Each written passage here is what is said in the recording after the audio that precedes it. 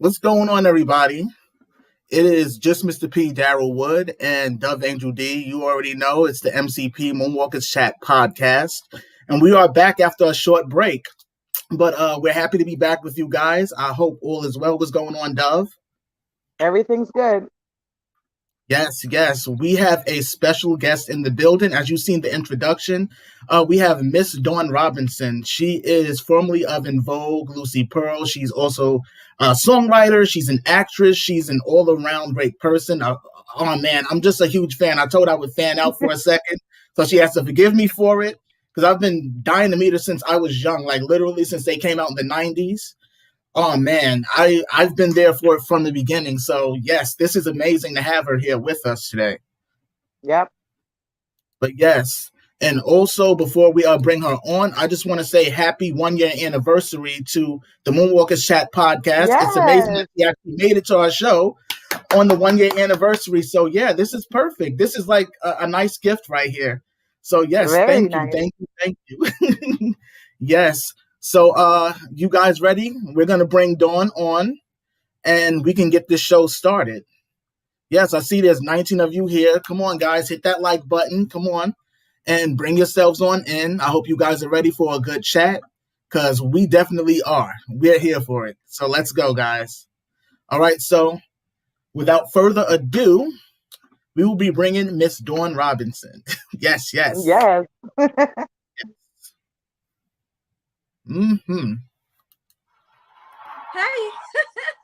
Hi, you guys. Hi, how are you? Good. How's it going? Good. Hi, you guys. How are you? Good. How's it going with you? Very good. Thank you so much. I appreciate it. Yes. You're Daryl and you are Dove. How are you guys? Dove, We're good. Thank you Very so much happy for having me. Thank you for actually coming to our show. We appreciate it. This is amazing to have you here. You're welcome. And congratulations on your 1 year anniversary for your show, your podcast. Thank you. Thank you. Yes. And also congratulations to you because the 19-year anniversary of your solo album just passed on January 29th. Wow, my solo album. Yes. Oh my God. Yes. Thank you. I pay attention to that. Yes, you're like the anniversary just passed. I was like, wait a minute.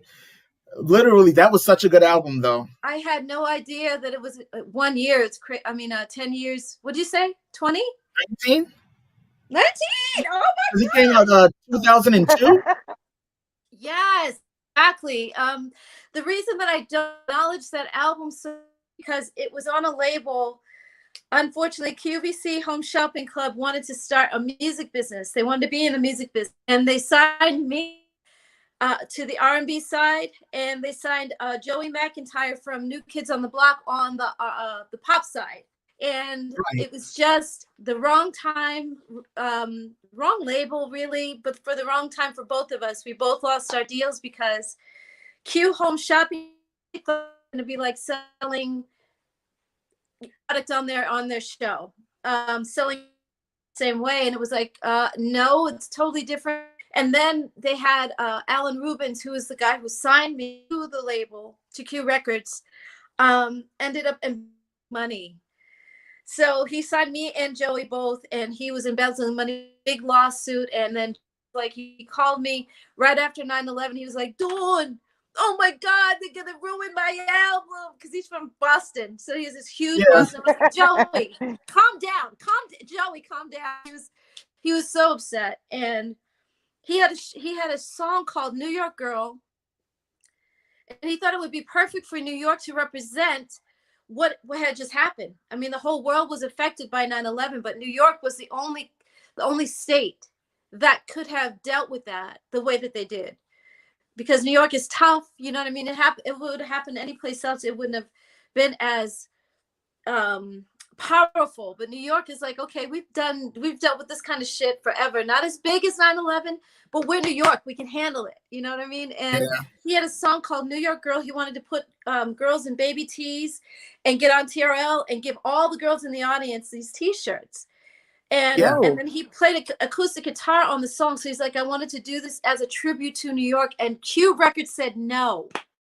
Seriously? Wow. Oh my God. Yeah. And oh my goodness. So I was like, okay, don't panic, but I was panicking inside because I thought if they didn't understand him as a pop artist, they're definitely not going to understand me as an R&B artist. So we both kind of lost after that. And yeah, the embezzling part, we lost our deals anyway, because anyone that signed you to a label, they're the ones who have the love for the artist, the belief in the artist, all of that stuff to actually sign you in the first place, you know? So when Joey lost his deal, it was like, okay, I know I'm doomed. If they don't understand you as an artist, as a pop artist, they're definitely not going to understand me. So we both kind of lost our deals on that whole situation. But thank you. Wow, 19 years? Oh, 19 years. wow. Yes. It was an amazing album, though. No matter what the circumstances was, Thank you it was so an much. amazing album. Thank you so much. I love that album. Set It Off Yes. is my first favorite. That song gives me a vibe. It makes me feel like I'm driving a long drive on a Sunday or a Saturday morning, and it's summertime and you have no worries or cares and you're in love or just loving life. It's just such a good feeling. It's a great song. And then number 4 is Get Up Again. And that we wrote that song about, the first part of that song is about a homeless man because we see homeless people all the time and we never understand how they get into those situations. And sometimes I'm guilty of judging. You know, stop begging for money. Like, go get a job. You figure it out. You know what I mean? And but we never know how people get into those situations and how they end up there. No one, as a child, says, you know what? When I grow up, I want to be homeless. I just want to wander the earth and not give a fuck about nothing. I don't want to beg. I don't want to comb my hair. You know, I don't want to have a job or an attachment to a family or to a life where I pay rent or I pay a mortgage. I don't want any attachments to anything. I just want to wander the earth. Nobody says that growing up. No. Right.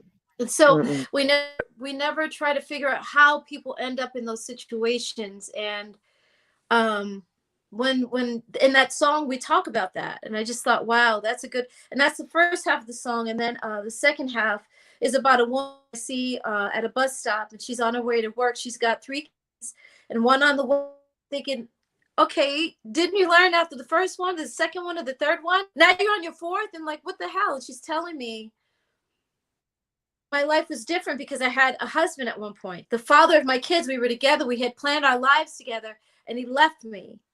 And so now I'm these kids by myself. It wasn't always like this. So again, it's a judgment that we have when we see people in situations. And she's like, I had a great life at one point, and now I'm trying to make ends meet. And if it wasn't for her children's love, she wouldn't make it. She wouldn't, you know what I mean? I'm like, wow. So yeah, we wrote. Love the message behind it. Thank you so That's much. deep. Yeah, it's a beautiful song. Yeah. Thank It's you. almost Dom. it's almost like a Man in the Mirror 2002. Yes, To exactly. me, because the message that you had in that song was totally powerful. Right. That wasn't the only song, though. There was one that really, really resonated with me, which was Fed Up. Fed Up. Oh my God. See, if nobody talks to me about, and it's funny, I think you've probably heard it from other artists, but we don't listen to our own stuff. So I forget what was on that album. I love Fed Up. Oh my gosh. Thank you so much, Daryl. Wow. Seriously. Wow. Yeah. Like, I had sent you the screenshot. I was like, that's one of my favorite songs, though. I love that. And Envious. Envious. Oh my God. Okay. So that was an actual single. That was the only single, you know, from that album that I actually had a video and all that. And after that, everything kind of fell apart. But yes, Envious. Oh my gosh. So of course I wrote it about my past situations. I had to clear my mind because they're envious. You know, there's some things just don't change. Started rumors spreading lies about me, tried to decompose my name. The guy who wrote it had different words for that part. And I was like, no, they tried to decompose my name. I put that in there. Yeah, I got shady sisters getting next to me. I got shady niggas trying to get inside my head to see what I'm about, thinking I'm an easy prey and they could dog me out. But I tells them, no, I'm trying to be all I can be. Yes. Oh my gosh. Yes. Thank you so much.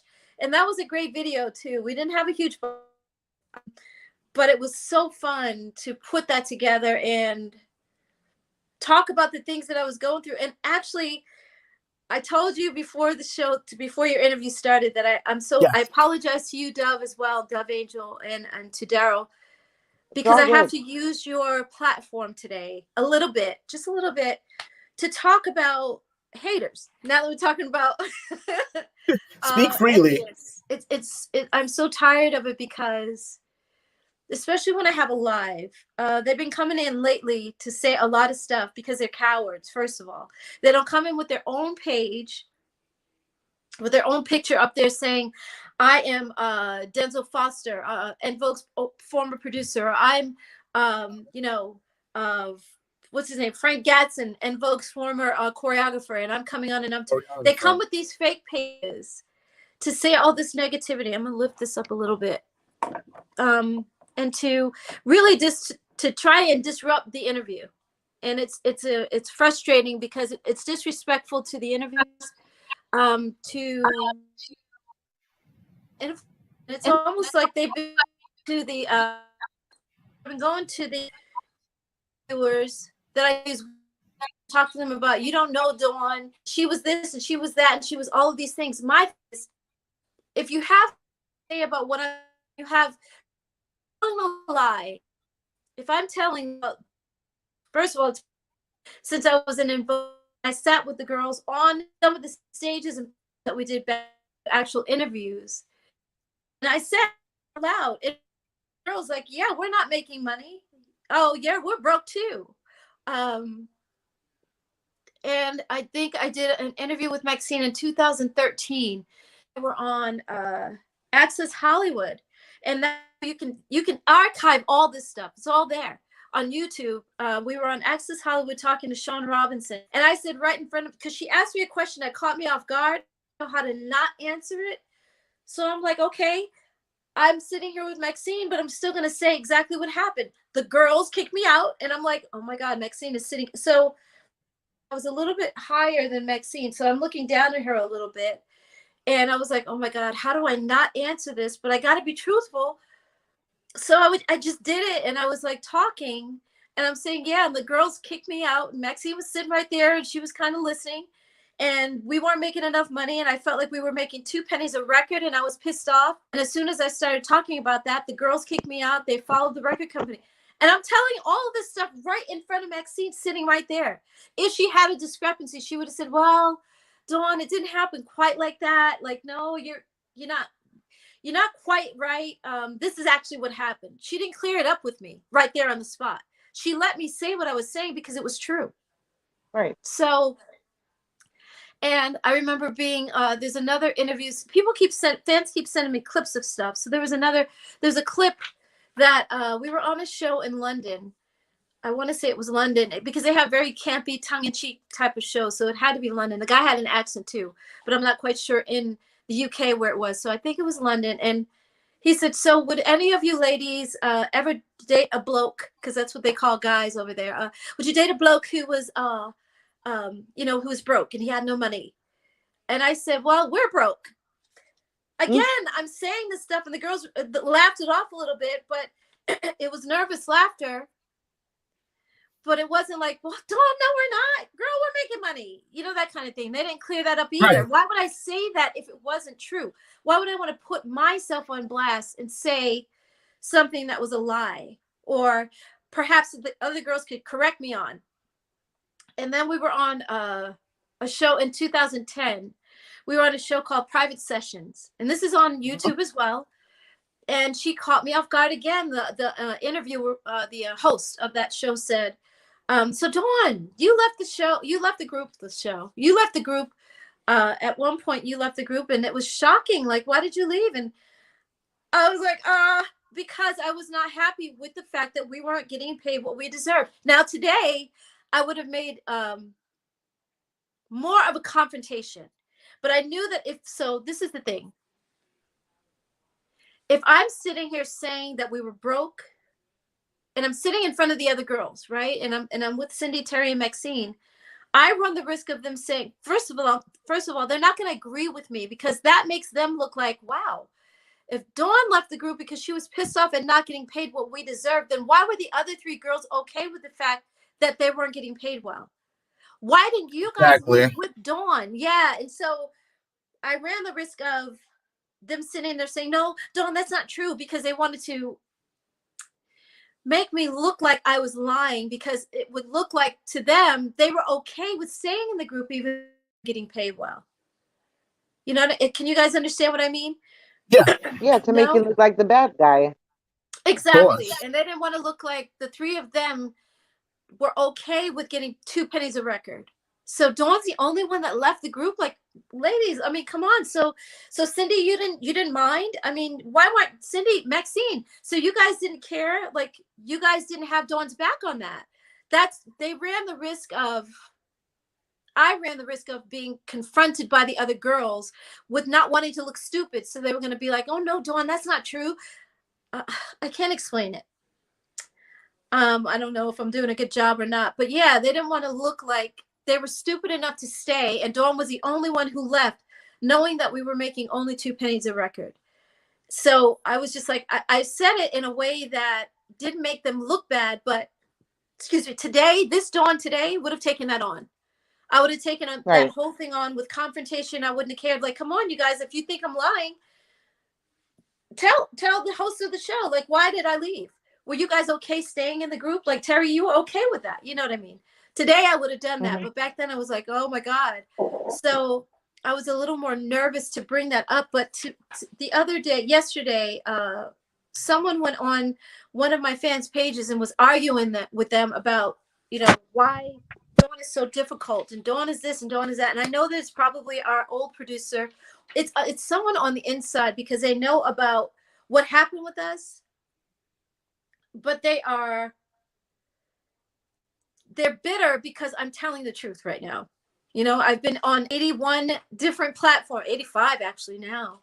I've seen the majority of them, so I know. It's been a lot, Daryl. It's been so many. Yes. I'm like, my thing is, they said something about, you know, Dawn, nobody's going to sign Dawn at 55 years old, give her a record deal. And I'm like, dude, first of all, you can go back over all of those 85 interviews and you can see that I have never once said that I wanted to sign to a major. I would be crazy to go back to two situations that I was involved in that destroyed those beautiful groups, those major labels that I was signed to for In Vogue, Atlantic Records, and then semi-major label that destroyed Lucy Pearl. Why would I go back to that shit? I would be crazy. Today, as an artist, there are so many amazing platforms out there that people always ask me in most of the interviews that I've done, they're like, Dawn, what would you tell new artists coming out today? And I'm like, oh my God, there's so many ways that you can be independent and stay independent. Do not go to the majors, because the majors will majorly destroy your career.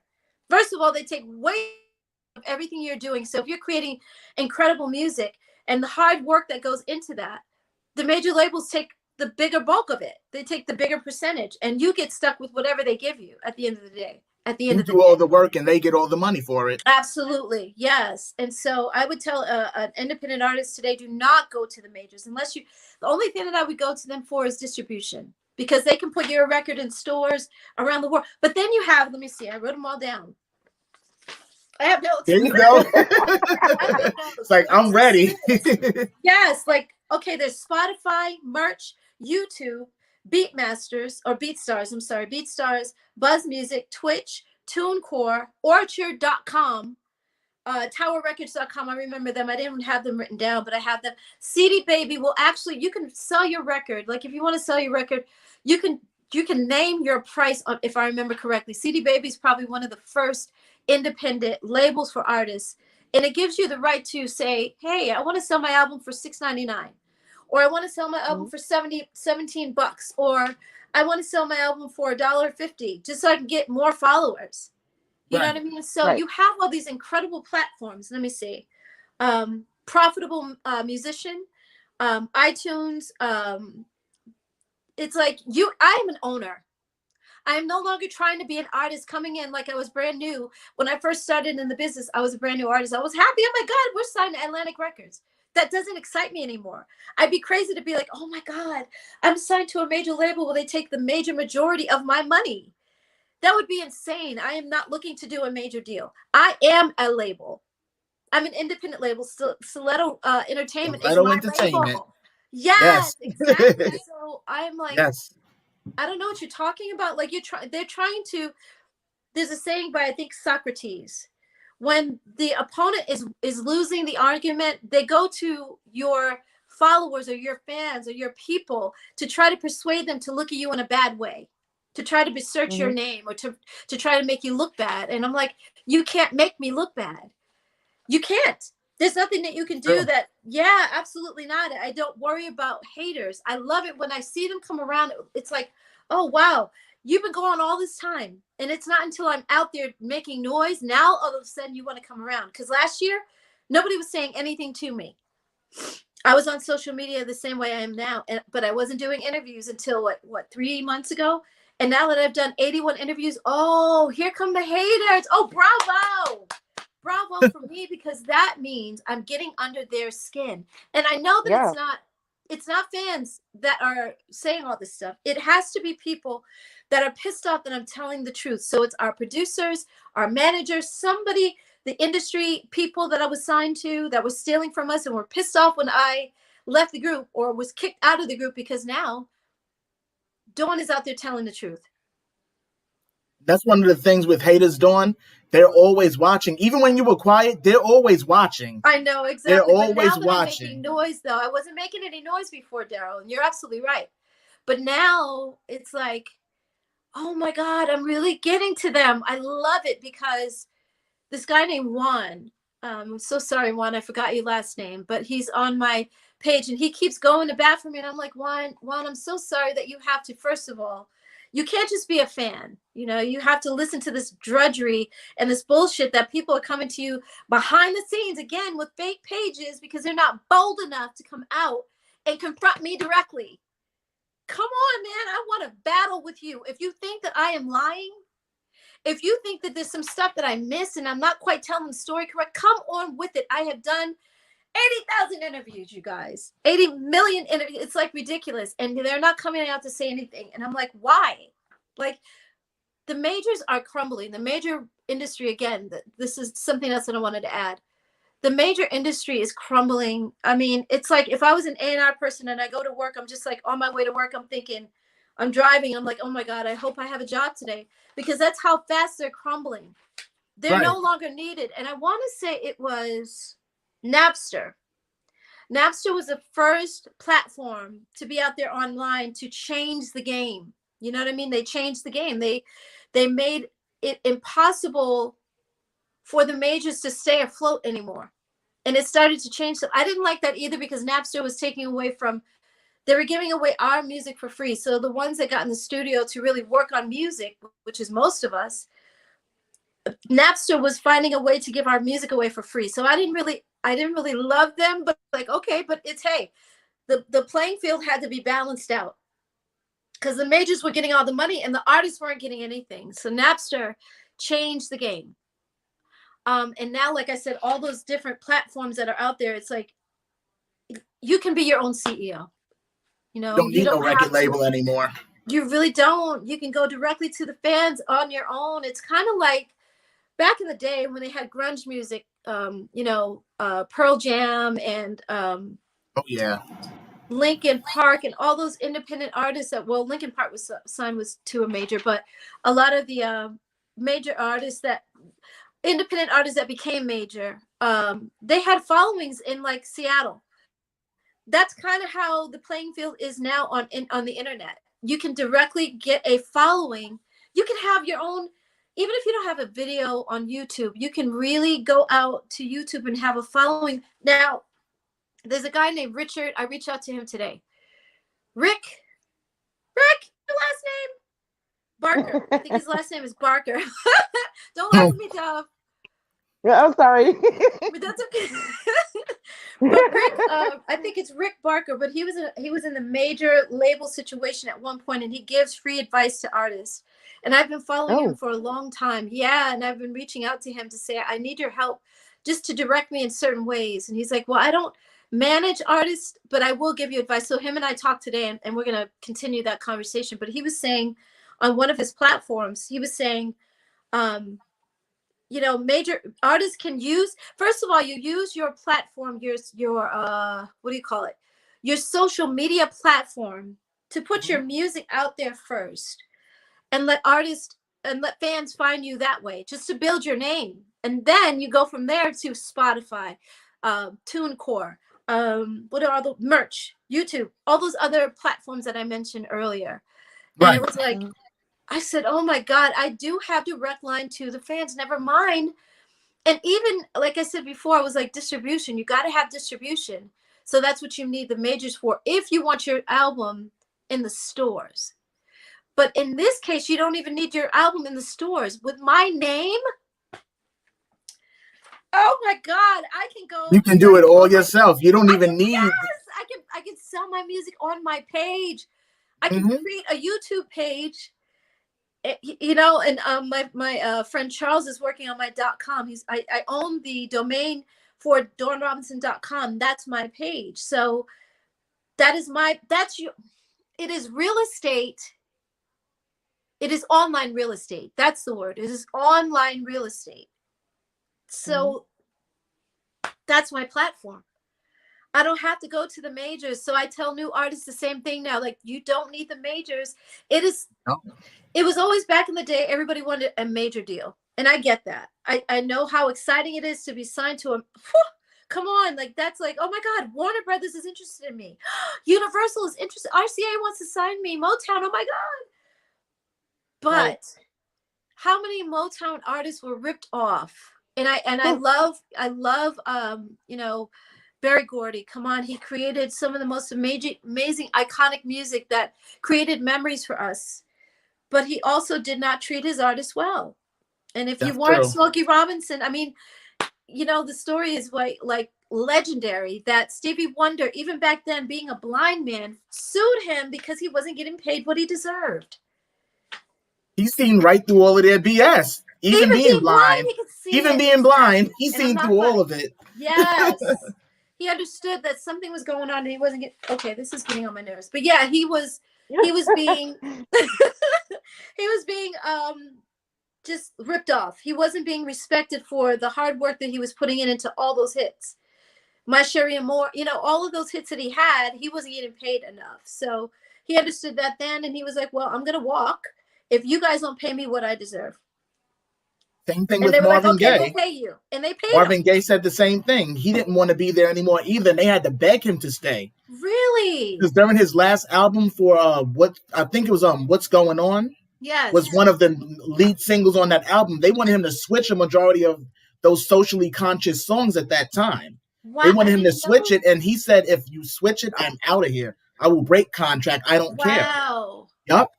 They wanted him to switch out a lot of those songs from that album. I did a video on it on my YouTube channel. I was like, are you kidding me? Oh my God. I was like, no way. I'm glad he stood his ground. And that's the way it should be for all artists. Absolutely. Because it's not right that you guys get ripped off and you're the ones doing all the work, the writing, the producing, the singing, the dancing, the traveling all over the place while the executives are just sitting on their asses collecting a check off of you. That's all I'm saying. That's all I've been saying for a while, and it doesn't make any sense. A group like In Vogue, when I look at our videos, you guys, I swear, I look from the fan point of view. I'm sorry. I'm still trying to figure out where my placement is here. Okay. Take your time. I look from a fan point of view, and I'm always like, if I was looking at Free Your Mind, even when I look at it now, because when we did it, we were working so hard, and we were traveling so quickly that we would do the video and we'd be on the road. And I'm like, we never got a chance to really see ourselves and what was going on and catch up to our fame. And so now I can look at those videos and I look from the fan point of view and I'm just like, oh my God, look at us. No wonder we look iconic. Free Your Mind in itself it has not changed or aged over time. Hold On to Me looks dated because our eyebrows, we were wearing our eyebrows thick like that back in the day, and it was like a unibrow almost. It was Dove. Oh my gosh. So it was it has dated itself a little bit, but Free Your Mind stands the test of time. We were so fashion forward that it's really not dated. When I look at it, I'm like, we were the shit. We were working so hard. And everybody else was like, oh my God, they were clocking dollars. They were winning because we were winning. And then we would come home, and I remember actually leaving the set that day of Free Your Mind, and I cried in my car on the way home. My sister's in that video as well, and she had my nephew with me. So while I was putting him in the car with her, she's like, Dawn, what's wrong? We were literally leaving Free Your Mind, the set of Free Your Mind. Right. My sister was like, Dawn, are you okay? What's wrong? What's wrong? And I was like, Dana, I'm good. I just couldn't explain it. I couldn't word it. I couldn't put it into words. And I was like, I'll call you when I get home, you know. And we left. And I just cried all the way home because I'm thinking, we're the biggest shit right now. And Vogue is huge. And we got this video and it was iconic. And I knew that before it even came out. Like our set was, when you see that monkey in the beginning, it was huge. When you see the man, there's a picture, there's a photo of a guy with his head all wrapped up and he's got a hat on, a bowler cap, and he's screaming. And that was like 100 feet tall.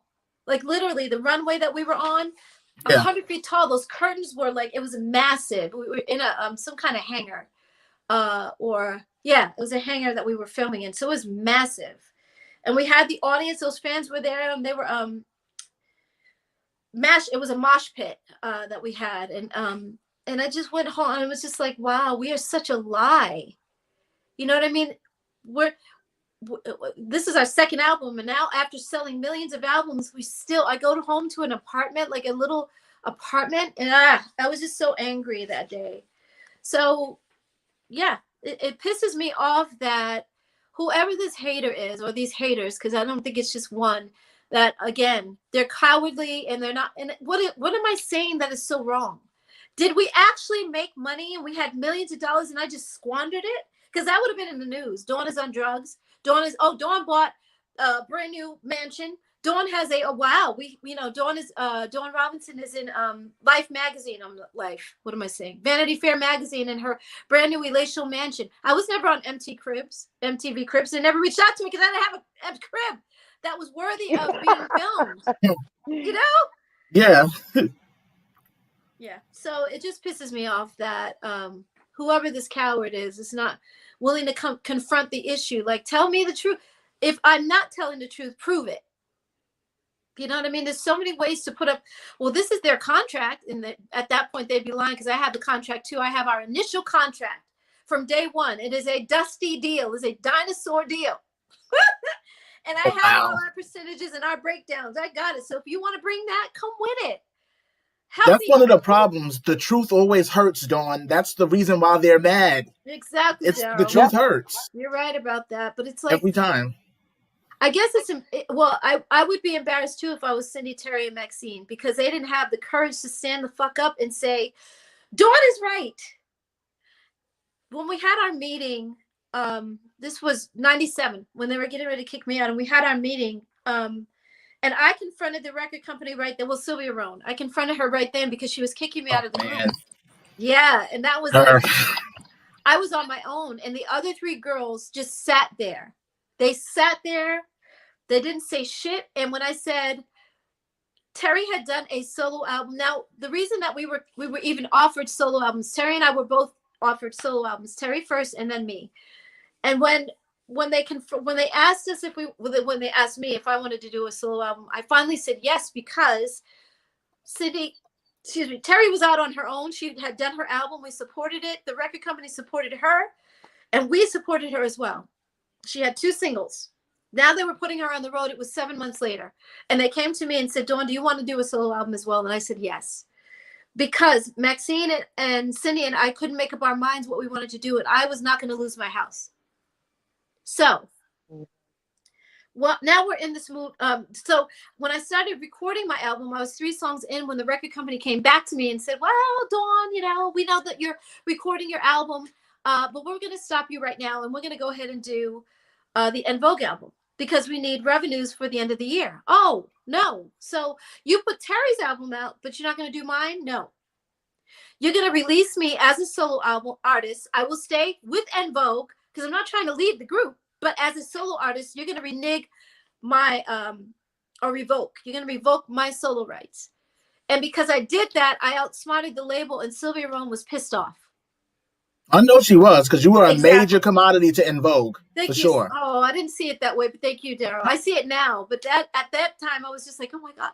Because so fast forward, here we are at a meeting. We've recorded the whole album, that whole EV3, what became EV3 album. And so I think we lost oh, there you are. There she goes. So we recorded that whole album, and then Sylvia Rohn wants to come to town for what she called a creative meeting. So we're at that meeting. We're in Terry's hotel room, and it was the record company reps, which was Sylvia Rohn, and I think Merlin Bob, which was her A&R guy. Our managers were there. The four of us were there, first of all, and then Sylvia Rohn and her A&R rep, and then how do I do this? So A&R rep, and then our managers, and then why are our attorneys here? What the hell? When I walked in, immediately I was late. I'm always late for every meeting, you guys, and I come to my own funeral late. I'm going to be late. I know that for a fact. I'm telling you now, Dawn is not here. God damn it. She's not here yet. Where is she? What the hell? I had to get glamorous. I had to get beautiful. Sorry, I'm late. And I got there, and I'm looking around in the meeting like, what the hell is this? Like, why are our... I'm looking over to the left right now because that's where they were sitting. Right. And Maxine was sitting to my right. She was on the floor. Terry was sitting on the couch. She was facing Cindy. And so right now, there's a couch in the room with me right now. You guys can see that there's light on me right now. That's because I'm facing a window. I'm facing you guys. Mm-hmm. The way it was in that room, Terry was sitting on the end of the couch, but she was facing this way. You know what I mean? She wasn't facing us like I'm facing you guys right now. She was facing that way, which was weird. So she's facing, Cindy was sitting, she was sitting on the arm of the couch, Terry was, and then Cindy was to her right. Sylvia Rohn was sitting next to Cindy, and then one of our managers was on the end of the couch, and then sitting next to them was another manager in a chair, and then two of our attorneys. Whoa. So there was a lot of people in the room when I walked in, and Sylvia was already in mid-sentence conversation when I walked into the room. And she said, so Dawn, I was telling the girls before you got here that she's from New York, so I'm going to do her New York accent. I was telling the girls before you got here that, we can't have any hidden agendas and blah, blah, blah. I said, okay. She said, so you're doing a solo album. I said, and okay. She said, you have a solo deal. That's what she said. Excuse me, the phone, you guys. You have a solo deal. I said, yes. Okay. She said, well, we can't have any separate things going on. We have to be on one accord. I said, well, my solo album has nothing to do with the En Vogue album. We're almost done recording it. And not one time has my solo album intervened or, been a factor as to what's going on with the En Vogue album. I'm doing my solo album, but not one time. Sorry, I am not doing my solo album. I'm recording the album with En Vogue. I've been at the studio every single day with the girls. I spent whatever time we were supposed to be there, 11 a.m., I'm there on time. Or if I'm late, I come 10 minutes late. But I'm there every day. So not one time has my album affected anything going on. In fact, I have not even, I've signed with Dr. Dre at the time, but I haven't even started recording yet.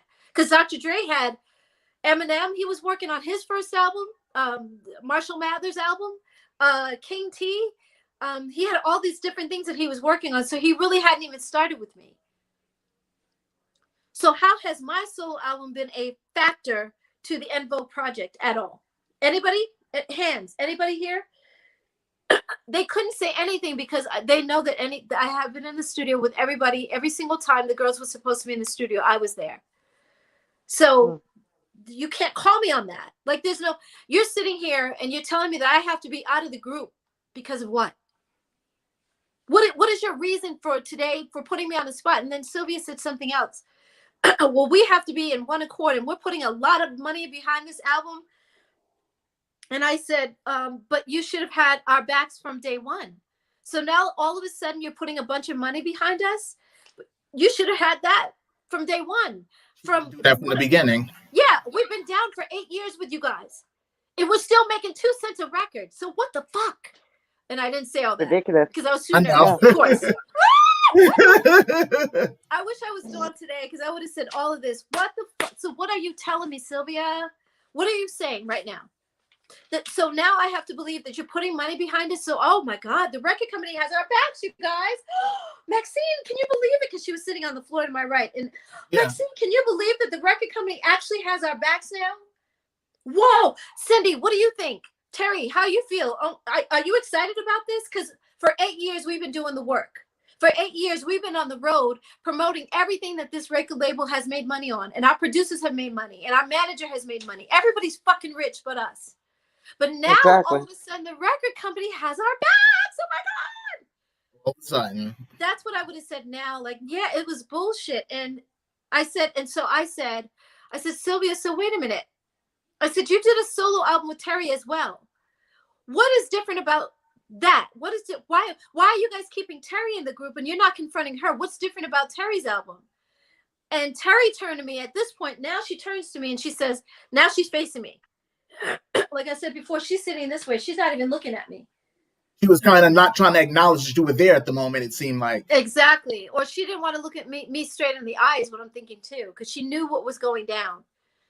And she didn't want to look straight at me. So now she turns to me and she says, it's just different, Dawn. It just is. And I was like, no, it is not different. And I said, Cindy, and now I looked at Cindy in the middle, sitting on the couch, and I looked at Maxine and I said, Cindy and Maxine, you guys may be in the hot seat one day. How you're confronting me right now and what you're doing right now, you two may be in the hot seat one day. And Cindy was like, yeah, you're right. I got to think about that. I said, yeah. And what you guys are doing is not cool. But okay, I'll give you an answer. If you guys want to know if I'm going to be in the group or not, and you're asking me right now, I'll tell you I'm not going to be here. I'm out. And I was like, Dawn, what did you just do? Oh, even getting on the elevator when we left that day, because Sylvia was putting on her coat, we need to know. We need an answer from you right now. We need to know immediately what you're going to do. And I said, if you're asking me if I'm going to stay with the group and the group doesn't have my back, then I'll tell you I'm out. And I was like, right. Because it's almost like she gave you an ultimatum, though. She gave me an ultimatum. She didn't give me a choice. Mm-hmm. It was our way or the highway. Terry can do a solo album. We can get her back. We can have her back. We can put her on the road and we can support her. And even the three of us, Cindy, Maxine, and I can support Terry. But we're not going to kick her out for doing a solo album. But we're going to kick you out, Dawn. Even though you're only 3 songs into recording it. Yeah. I still don't understand how that happened or why that happened. I hold them accountable because the girls didn't have my back. So now, no, I'm not bitter. I'm better for it because I know now that having a fan base, I feel bad for, and actually I don't feel bad for artists. I used to feel bad before the internet. If you're a solo artist and you're trying to get a major deal, they look at you like, oh, you have to prove yourself to us. You know, you have to prove yourself to a major artist, to a major label. Now, I'm telling artists all the time, you do not need majors. You do not need a major because a major label takes a major percentage of your music. They take the major percentage of the money that you're making. Master P has been talking about this for years. Yes. Nelly has been talking about this for years. Like he said the other day, I was looking at, what is it? I think it was Profitable Musicians or either Richard's page. And Nelly was doing an interview talking about, he said, what artist was he talking about? He said they were so smart because they knew. Chance the Rapper also did not take a major deal for a long time because he knew, why do I need a major if I'm doing all the work and I'm getting all these sales and I got followers? I have fans that are loving me, 200,000 followers. Why do I need to sign to a major label again? Like he understood it. He really did. So you utilize your social media and you create a platform for yourself where you don't need the majors. You do not. You go directly to the fans. That's right. Yeah. And all you get in return is nothing but love because people want to be there for you. Exactly, Dove Angel. You're absolutely right. They want to be there. That's the part that I was saying. I used to feel bad for artists, but now fans can, like I said, from all of the grunge bands in the 80s.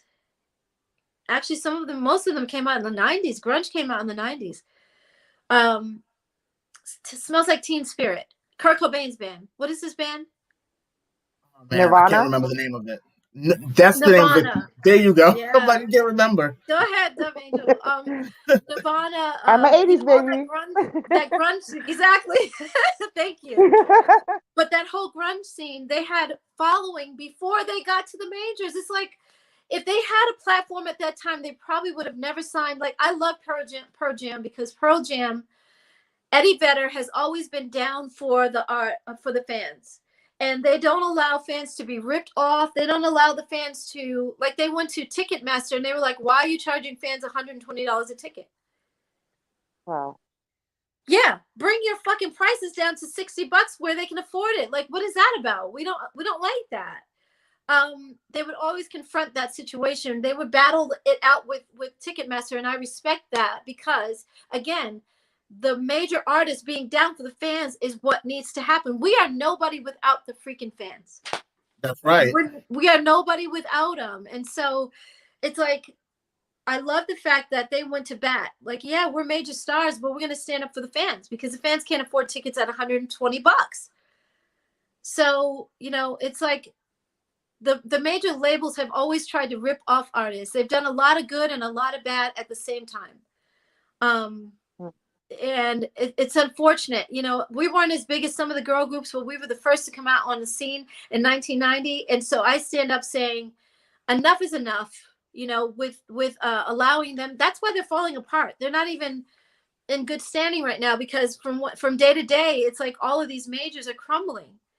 God don't like ugly, as they say, and he can't stand pretty either. So it's like they are having now to justify why they take the major end of the bargain, why they get the major end of the deal, and then you make artists feel like they're wrong for even standing up for what they deserve.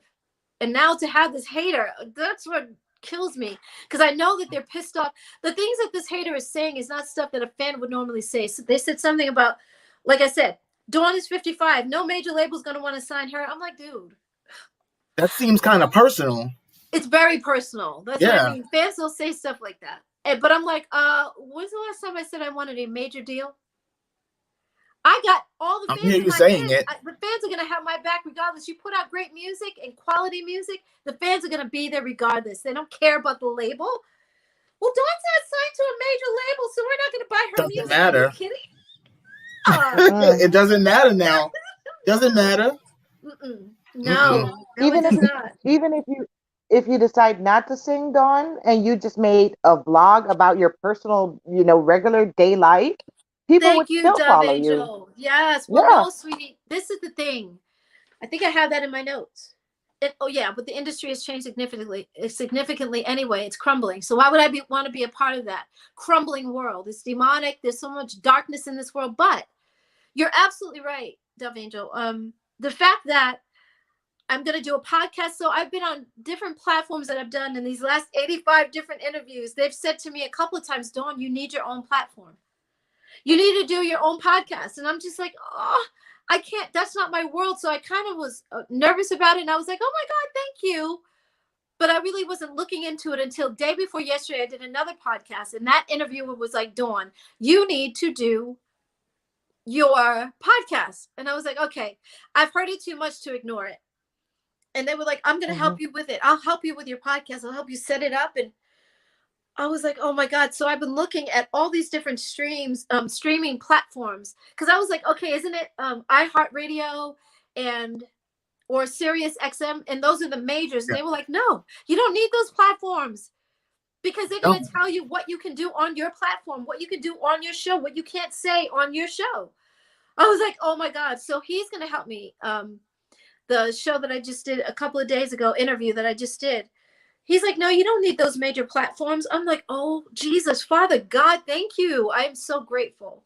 When the people are tired of being dictated to, they start a revolution. Exactly. And right? I'm looking at you guys on your platform right now, Daryl and Dove Angel. I'm looking at the fact that, and I've been telling everybody as much as possible. I wasn't doing it on the first few interviews that I've done, but I'm like, I am so proud of you guys. And I'm telling you two the same thing. Aww. For having a platform. It's true. Thank you. Because you guys utilize, sometimes people are put to the fire and they're like, okay, wait a minute. So COVID is happening. We're not working right now, or I can't work because my job is shut down due to COVID. So how can I get out here and be proactive in my life? How can I do something to bring in money or to bring attention to myself so where I start making money online? That is what you guys are doing right now. And I love the fact that you have your own platform. So I appreciate being on your platform and talking to all these people, all these fans. They keep saying that they're trying to make comments, and I'm like, huh? I'm not seeing anything, but you guys, I guess, are seeing it all, right? It's streaming down the side of the screen. I can put some of the comments up of what everybody is saying so far. It's up to you. No, do it if you want. But I keep seeing them come to my page, and when they come to my page, they're like, Dawn, we can't say anything to you. I'm like, oh my God. But no, take your time, Daryl. Please, take your time. But yeah, I've been doing YouTube for the last 11 years, believe it or not. And this whole podcast thing is new to me also. I'm like, you know what? How can I, utilize my voice differently than just making videos and creating videos? Very good. Conspiracy theories, this, that, and the third. I was like, you know what? I just want to talk. Yeah. I don't want to because usually making videos, I have to write scripts and prepare certain things and then research. Podcasting, you can just talk and just talk.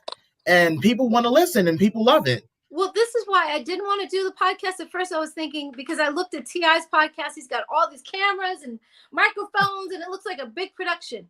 And then who else? Oh, Jenny McCarthy. I love her platform. She's amazing. And I know that was Tanya that said they don't win when they play dirty. No, you're right, Tanya. You just had her message up to me. Yeah, TJ. Thank you, Tanya. She's right. She's been on my platforms every day, and she's the one who's battling it out for me as well. And who is this? Angelica. The labels don't care about the artist. They care for money. Absolutely. You're right. You're absolutely right. A few, this is the thing. I'm sorry, y'all. A few of the artists that I've seen over the years that are winning is like Garth Brooks, Carrie Underwood. You don't see the Dixie Chicks having problems with money or Metallica having problems with money. You see Black artists having problems with money. So I'm like, what is it about our genre? You don't even see Destiny's Child having problems with money. They didn't have that problem because Matthew Knowles from the beginning was willing to protect them. He knew what to look for to protect his daughter and the rest of the girls in the group. So it's a matter of coming into this industry, knowing the game and how to play it and how to win and how not to let them win over you, Played it smart. And I guess it came from him also being Beyonce's parent as well. He's like, I ain't gonna let nobody screw my child over. Absolutely. That's what it was. A lot of times those kids still get screwed over because the parents don't know what to look for. They don't know how to read a contract. They have no idea. So it's just about getting the right attorney who is not bought out by the record labels either. Right. That's the other thing. Yeah. Sometimes your manager is bought out by, and your attorney is bought out by the majors. They work for them. So it's like a lose situation. Yeah. Terry is a snake. Nobody bought that flop album. Oh, don't be mean, y'all. Jackie. I'm not going to be mean, but I didn't buy it either. I did hear one of the singles from it, and I said, not for me. I didn't like the album, but I mean, that's to each his own. Everybody's got, different tastes and different opinions on it. But I don't want to be mean to her because I'm no better than her if I do that. Of course, we're very respectful over here. I did like her single. I loved Wherever You Are. When I saw her video, I cried because she cries at the end of the video. And I was like, Terry! Because I missed her and I missed Vogue, and I was sad. I was like, oh my God, we're not together anymore. And it was just sad. I didn't like What Did I Do to You? That was her next single. She had a video, all of that. And I didn't like that one, but and I didn't love her album. But that's a personal opinion. It's not being mean to her. Just didn't like it. That's true. So many artists have horror stories about Sylvia.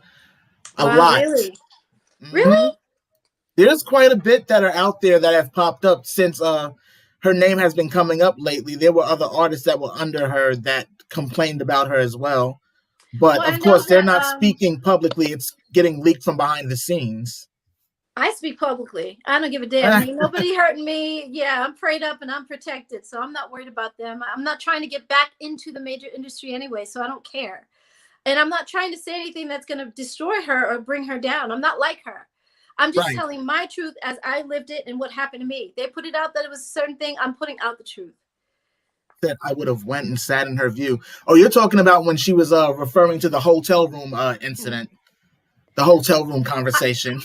Oh, well, I couldn't because Terry, like I said, was facing this way. So she was facing Sylvia and she was facing Cindy. So if I would have do that, I would have had to sit on top of Cindy's lap for Terry to see me. So I couldn't do that. That would have been crazy.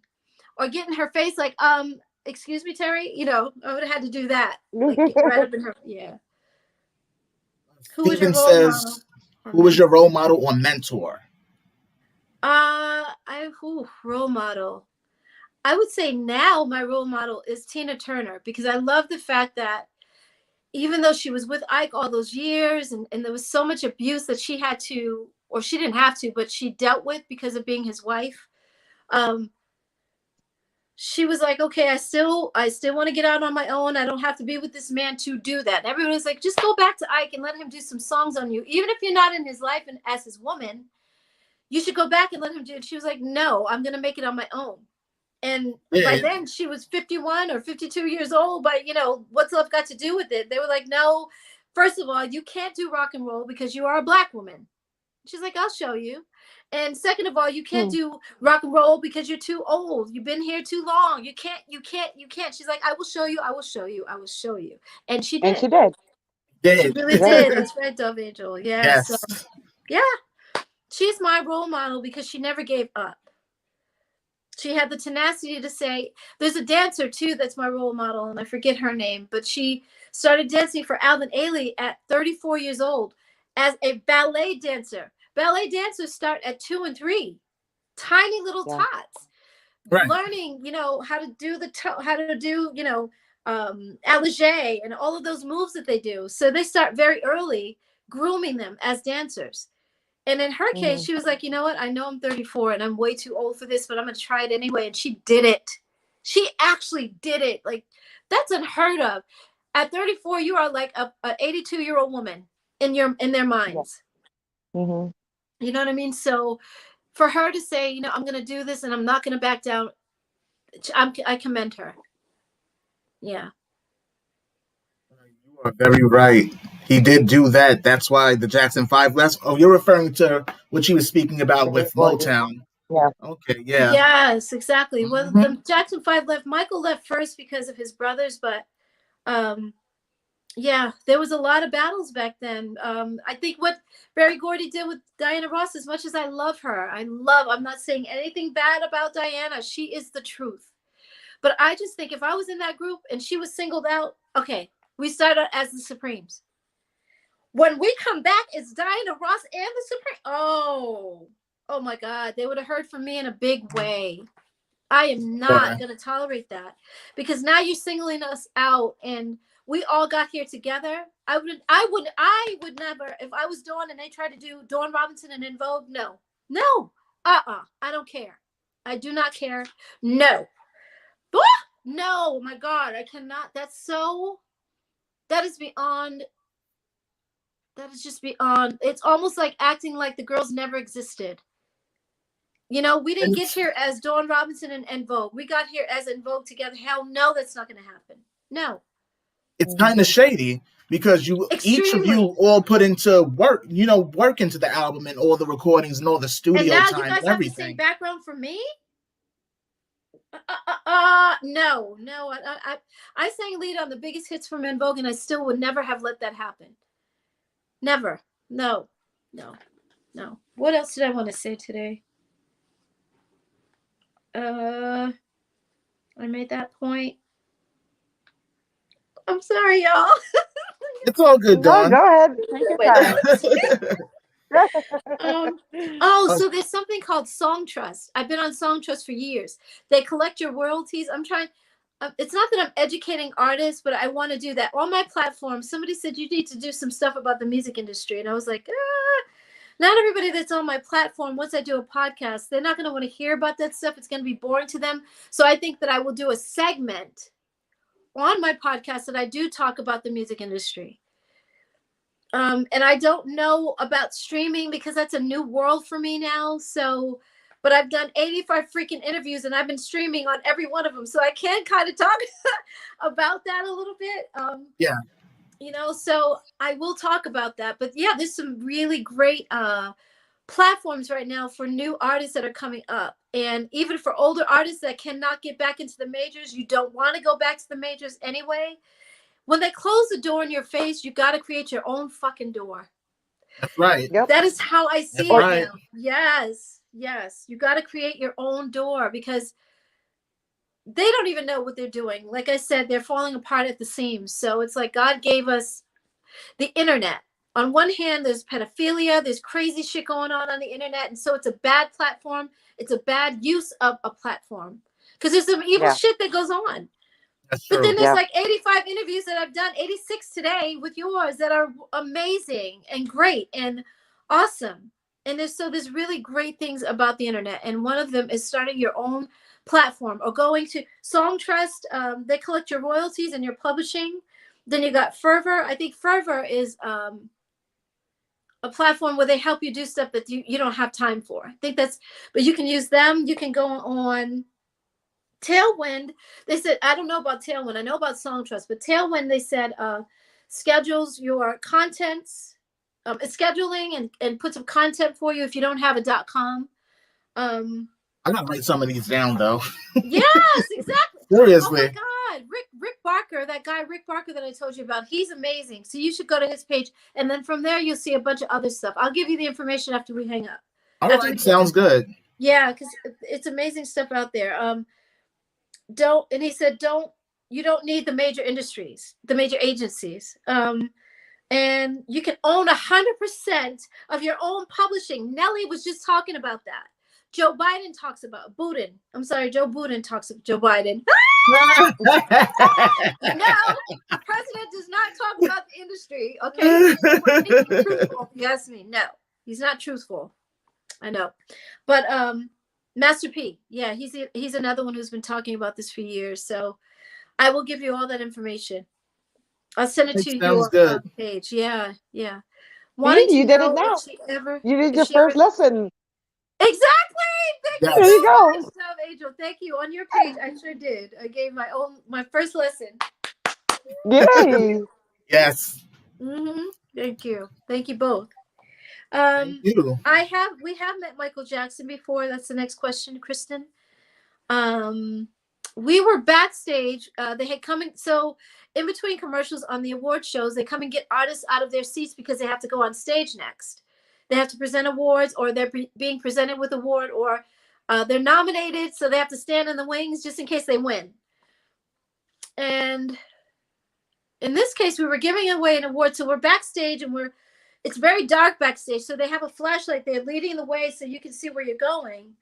And we get backstage, and the only light that's on is it's like a let me see, I'll show you. It's you can put a book like this. This is my planner.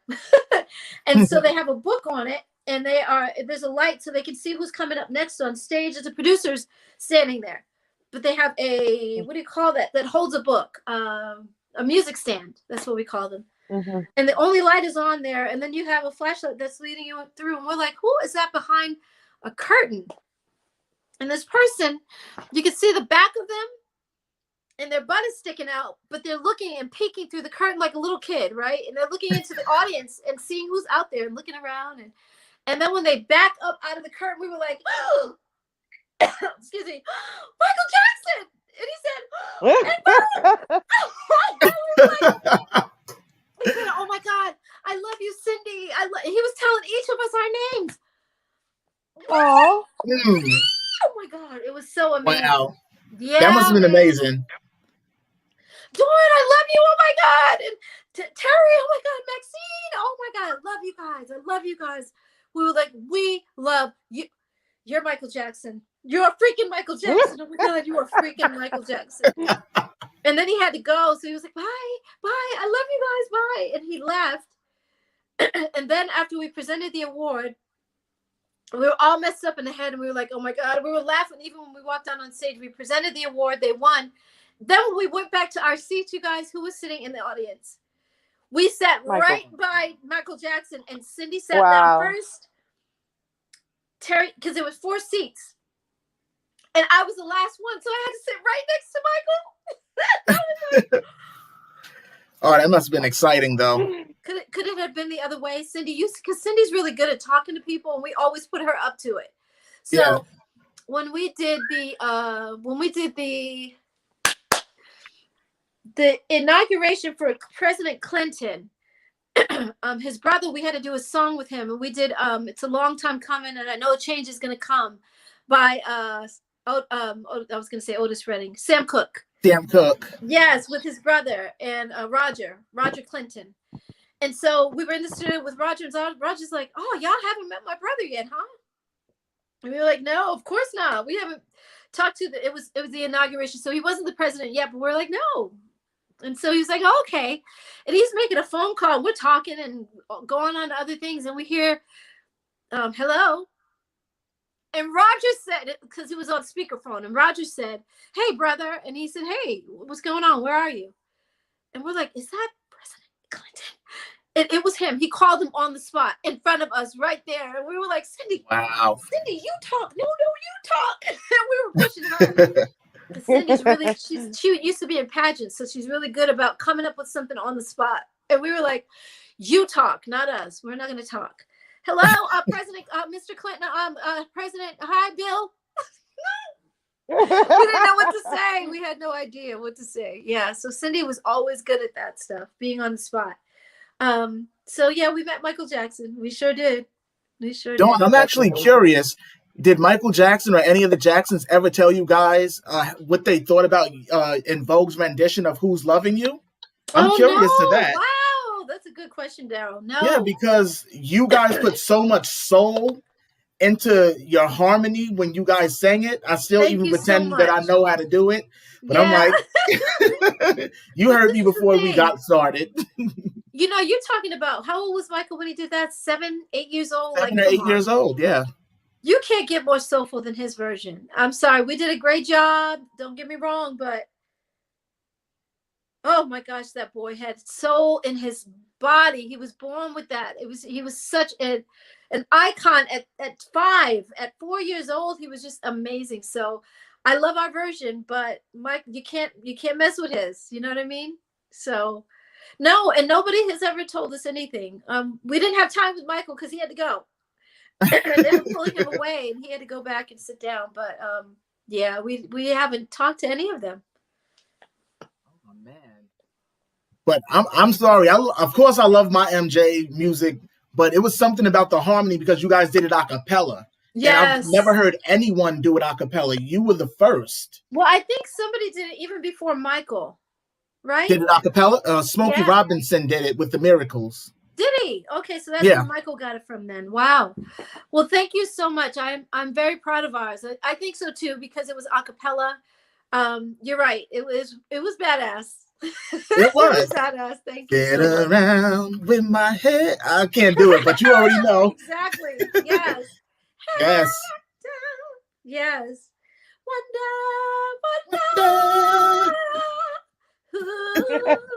I'm in the wrong key. Yes. Yeah. There you go. It was bad. Thank you, Dove. I appreciate that. Thank you. Oh man. Daryl got me singing.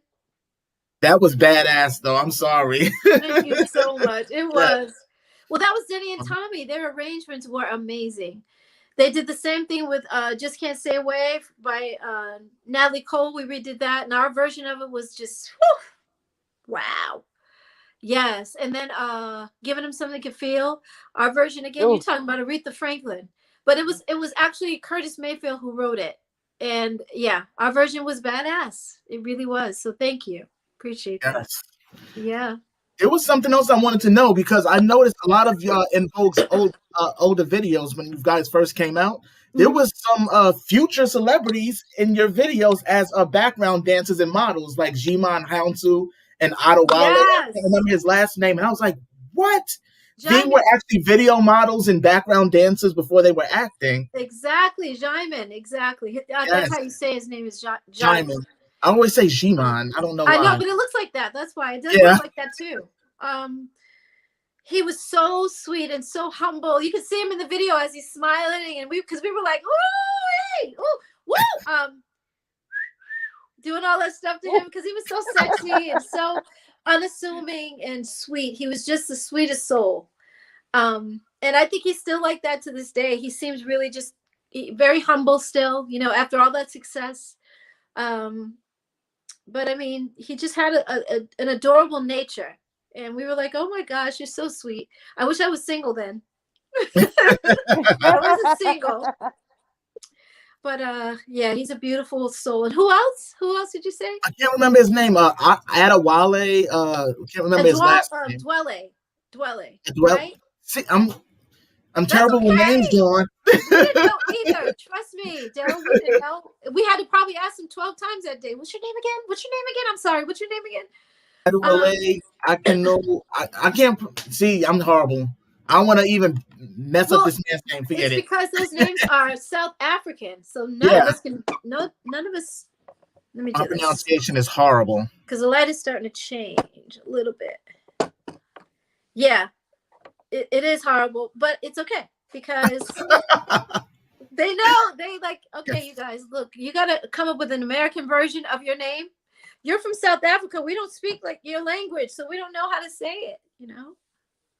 I know. I had a friend that came from South Africa named Osahem, and we ended up calling him Larry. Yeah. And I'm like, that's a far stretch from Osahem, but thank you. How? Yeah. Wow. He must have been like, okay, where did that come from, you guys? Wow. I don't know. He looked like a Larry, so he just kept it. He kept it, huh? Yeah. That's funny. Yo, rename that boy. You renamed him. Oh man. So any other questions from the fans? You see anything else? Let's see what's going on in the comments section, guys. I'll fix my lighting real quick. I'm still here, but I'm fixing my lighting. Gotcha. Says, yes, you are telling the truth about that, and I support every word you say. Of course. I noticed over the years, though, watching different interviews that she's done, everything she has said, has always been very consistent. Thank you so nothing much, in your story has ever changed. Yes, thank you so much. That's where, and like you said earlier on, that's where the haters come in, because the truth hurts. And your story has never changed, not one time. No, not one time, but thank you for that. My thing is, I'm not trying to put anybody on blast. I'm telling my truth. I don't give a shit. You guys came out, when you kicked me out of the group, you came out and told the public a certain thing. Why did Dawn leave? Oh, she wanted to go solo. And Maxine admitted this. She told me this, Dawn. We're the ones who put it out there that you were going solo because you wanted to be a diva. Well, no. And if the press would have thought about it, the press would have been like, well, Dawn has done another group. Dawn didn't leave straight from En Vogue and go to a solo thing. Dawn left En Vogue and went to Lucy Pearl. So I don't know how you guys got away with telling that, but why would you do that? And she's like, well, we were mad at you and we were upset. So we did. Well, you being upset and being mad at me caused a certain light to be shown on me and a certain perception to be there. And that's not fair to me. So now God has given me this platform, your platform, Dove Angel, and you, Daryl, and all the other platforms that I've done. I have so many more interviews coming up. Like, it's insane. I am booked literally until March 17th, I think. March 19th. Wow. Oh, my God. Busy. I was booked into the new year even before 21 started. I was like, you got to be kidding. All of February was done in December. It was all, yes, I mean, so I think it's because right now they're loving my interaction, first of all, with the fans. And they're loving the truth of what I'm saying. And then I'm giving details. And that, like you said, my story hasn't changed all these years. It has been the same one time. thing. Yeah. Exactly. That's why there's no one that can contest it publicly. Right. They're doing it under these fake accounts and the troll accounts and all of this stuff. That's why they're doing it that way, because they know they can't challenge what you're saying. Because you have the proof to back up what you're saying. Yeah, I got receipts for every damn thing. Like I said, I got our contract. I got our initial. I just showed it to Maxine last year we were starting to work together, and in January or February of 2020, before COVID like really got big, I was like, Maxine, look at this. And she's like, I have the signature page. She's like, oh my God, 1989, April 1989, or because the album, let's see. So November, I think of 99 of 89, we met for the audition and all that. And then April of 1990, we came out. And the date is on there. All of this stuff is on there. And she was looking through it like, wow, look at this. They had an amendment that they added to the end of it. Yeah. We didn't know the difference. We were like, okay, we'll sign. No problem. No big deal.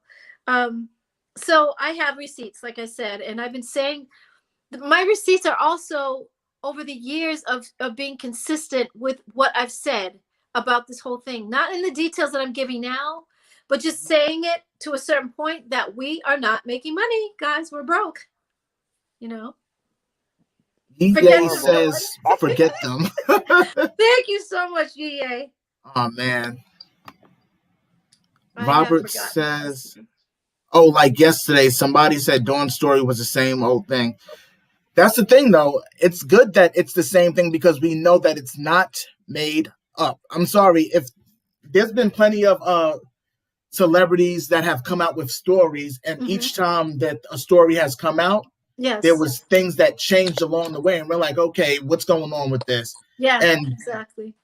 I haven't seen that with anything that she has said. I've watched damn near all your interviews. I know, right? But I don't know if what Robert is saying is the same old thing, like, oh, she's talking about the same old stuff over and over again. But my thing is, I would have, if I was given a chance to talk for myself back then I would have said it. But everybody was like, first of all, Dawn, you can wait your turn. You'll have a chance to talk about this, blah, blah, blah, blah, blah. And it wasn't like I had a gag order on me, but the people that were around me were saying, don't give any energy to the En Vogue thing. Let's just go ahead and do your album and focus on you as a solo artist. So you'll have your chance to talk about it. When your album comes out, you'll have a platform. You'll have interviews, and you'll be able to talk to Jay Leno and talk to Ellen and all these people. And I was like, okay. So I waited. And then after a while, the story that Maxine was telling was getting bigger and bigger and bigger and bigger. And I had no way. I couldn't even afford a publicist back then anyway. And that's what you need. Now I don't need a publicist. You guys are your own publicist. No, you guys are my publicist. Well, technically, yes, your fans. Yes, exactly. All these platforms have been my publicist for me. I'm booking my own interviews, me directly. So you're self-managing technically. Exactly. I'm managing myself, and I am my own. I'm proud of what I've done. I don't have without anybody's help. I have done this on my own, and I'm getting my story out my way because I wasn't given a chance back then. Yeah. So he says Diva already has a huge fan base. You know it. Exactly. Yes, and I'm grateful. Oh man, I'm so grateful. That is. I don't take that for granted. Like, oh, yeah, everybody's just going to be there. It is not always the case, you know? So I'm grateful for that. Vanessa says only Black singers go through that. It's been a long history of it, so it's not like there's any mistruth from that. Right. It's been a long-standing history. And how embarrassing would it be for me to get out there saying that I was broke and didn't make money if I actually did? Right. You know what I mean? How embarrassing? Like, why would I put myself out there saying that something's not true, or I didn't make any money if I actually did? Like, where's your money, Dawn? Where's your mansion? Like, why don't you have a mansion? If you made money, then why are you getting out there saying that you did it? Oh, I'm sorry. My dog fell off the couch. Hold on, y'all. Oh. It's all right. Take your time. This is Max. Oh, hi, Max. Hey, Max. He's an old man, and he was laying on the on his blanket, but he backed up and didn't know he was on the end of the couch because he's all wrapped up in it. So he fell off. Anyway, lay down. April says, free your mind and the rest will follow. Exactly. There you go. Yes, exactly, April. Thank you for that. Oh, man. She's absolutely right. She's right. I have a quick question for you, Dawn. Are you going through with writing your book and when it's going to be released? My book, oh my gosh. So I have bad discipline, okay? I just got a new situation. I'm out of my old publishing deal, and now I have a new situation. I I am so glad that I have that new situation brought a ghostwriter that is much quicker than I am and can get through the details much better than me, because I'm stuck. When you're writing a story that is cathartic and it's your own story, I tend to edit every single time I go back in to look at these chapters. I'm like, no, that didn't happen, let me change that. Oh no, she said this first, or I said that first, or we did this first, and I'm too close to the story. So the ghostwriter is really helping me in a big way. So I would say, like I said, first quarter, I had a date set. It was going to be Valentine's Day. And then my publishing company was like, no, we got a lot more to do before that happens, because they have to prepare too. It's not just writing the book, what they do after I finish it, the binding of the book, putting everything in order, my photos, all that stuff that have to go in it, photo shoot for the cover. Yeah, there's a lot that has to be done. So I would say maybe but it's coming. April. Yeah, of course. Yeah, I'm not playing with that. Yeah, and I just saw Tanya's comment. I think you took it off the screen, but what did she say, TJ? Go back. Hold on. Oh, she said, "Right, the truth hurts." Oh, got it. Hey, Tanya. Yes, she's on with me every day, you guys. Every time I do a live, she's Shout out to Tanya.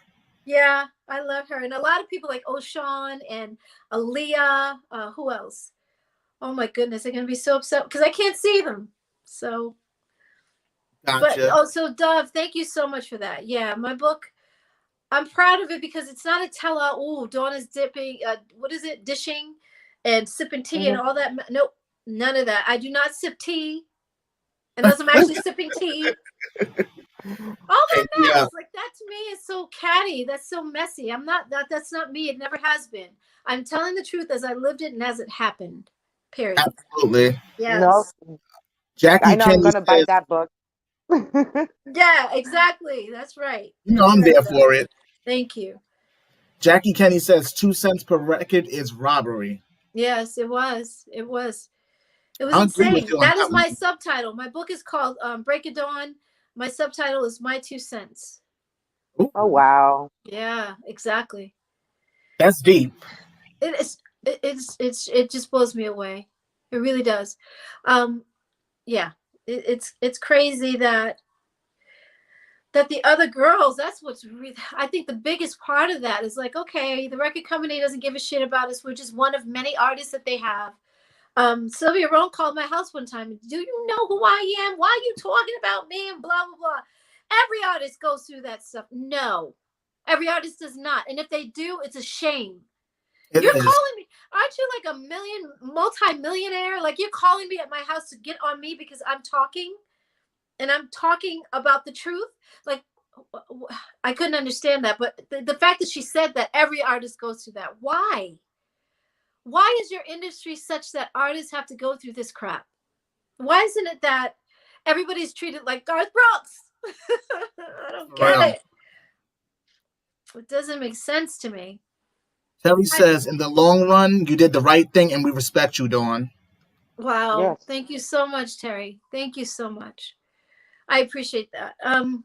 I feel like I did the right thing. I just wish that the girls would have had my back because you're talking about one of the best groups that ever did it. And I loved being a part of the group, which is why I went to Lucy Pearl after In Vogue. I didn't go solo. I was too afraid. I didn't want to be out there. I was put out there and pushed to do that. But I was like, no, I'm fighting all the way to stay in the group. Like, no, you guys, stop pushing me out here. I don't want to be out here. And then Lucy Pearl was the same shit, different day. Like, come on, man. Raphael, I just trusted him too much. And I read the contract, but I didn't do the changes and make the changes in the contract that I was supposed to and that I should have. I've known Raphael since we were 16, and that's why I just trusted that he was going to have my back, and he did not. Hey, Tanya. Girl, you say it too much. She got a lot of comments. Oh, my God. She said StilettoEnt is about to show him. 2021 is yours, boo. There you go. Yes, it is. Yeah. I love it. Thank you, Miss Tanya. I appreciate it. Oh, man. I love her. She's always there for me. I appreciate her. Phonice is on there, too. I don't know if you see messages I've seen her. Phonice. Yes, exactly. And Oshawn. Mhm. Duran should be on there. Duran. They all have my back. Thank you so Okay. much, Tanya. Guille says because you didn't go along with the way she wanted things done, she knew that the EV album was going to make bank for her. That's what it was. You're talking. I think they're referring to what Sylvia Rohn pulled. Right, but to me, if you know that that album is going to make you a lot of money, why do you want to change any part of this whole setup? The lineup is Cindy, Terry, Maxine, and Dawn. And so why do you want to change that? That's the And only lineup I know. do you realize that Dawn Robinson just sang the biggest hit that you guys have? Do you really think that you're that bold and you're that narcissistic to think that kicking her out is going to be a good thing? All right. Okay. See how that works out for you guys. Makes no sense at all. None. And as a sisterhood on the other side of it, Cindy, Terry, Maxine should have said, wow, we don't want to do this without her. We all did this together. Let's not kick Dawn out. Let's do this differently. And all she's trying to do is speak up for all of us. Oh my God. Like, how can we kick her out? Wow. She's not doing anything wrong. Oh my, it is wrongful termination. Had I had the mindset that I have now, I would have sued their asses. Because that is wrongful termination. That is my, It is. What do you call it? It's not just wrongful termination. It is my legacy. You guys are destroying my way of living, my way to make money. You're putting it out there to the fans. You're pushing me out of something that I helped create. Exactly. It's like saying the guy, Ford, who created Ford, is no longer a part of the company. We're just going to get this new guy named Tony to come in. Exactly. Yeah, it makes no sense. But good luck again with that. Angelica says the labels are controlled by the elites. Yeah, they are. I believe it. Yeah. It's a very dark force in this industry, and I've always been prayed over.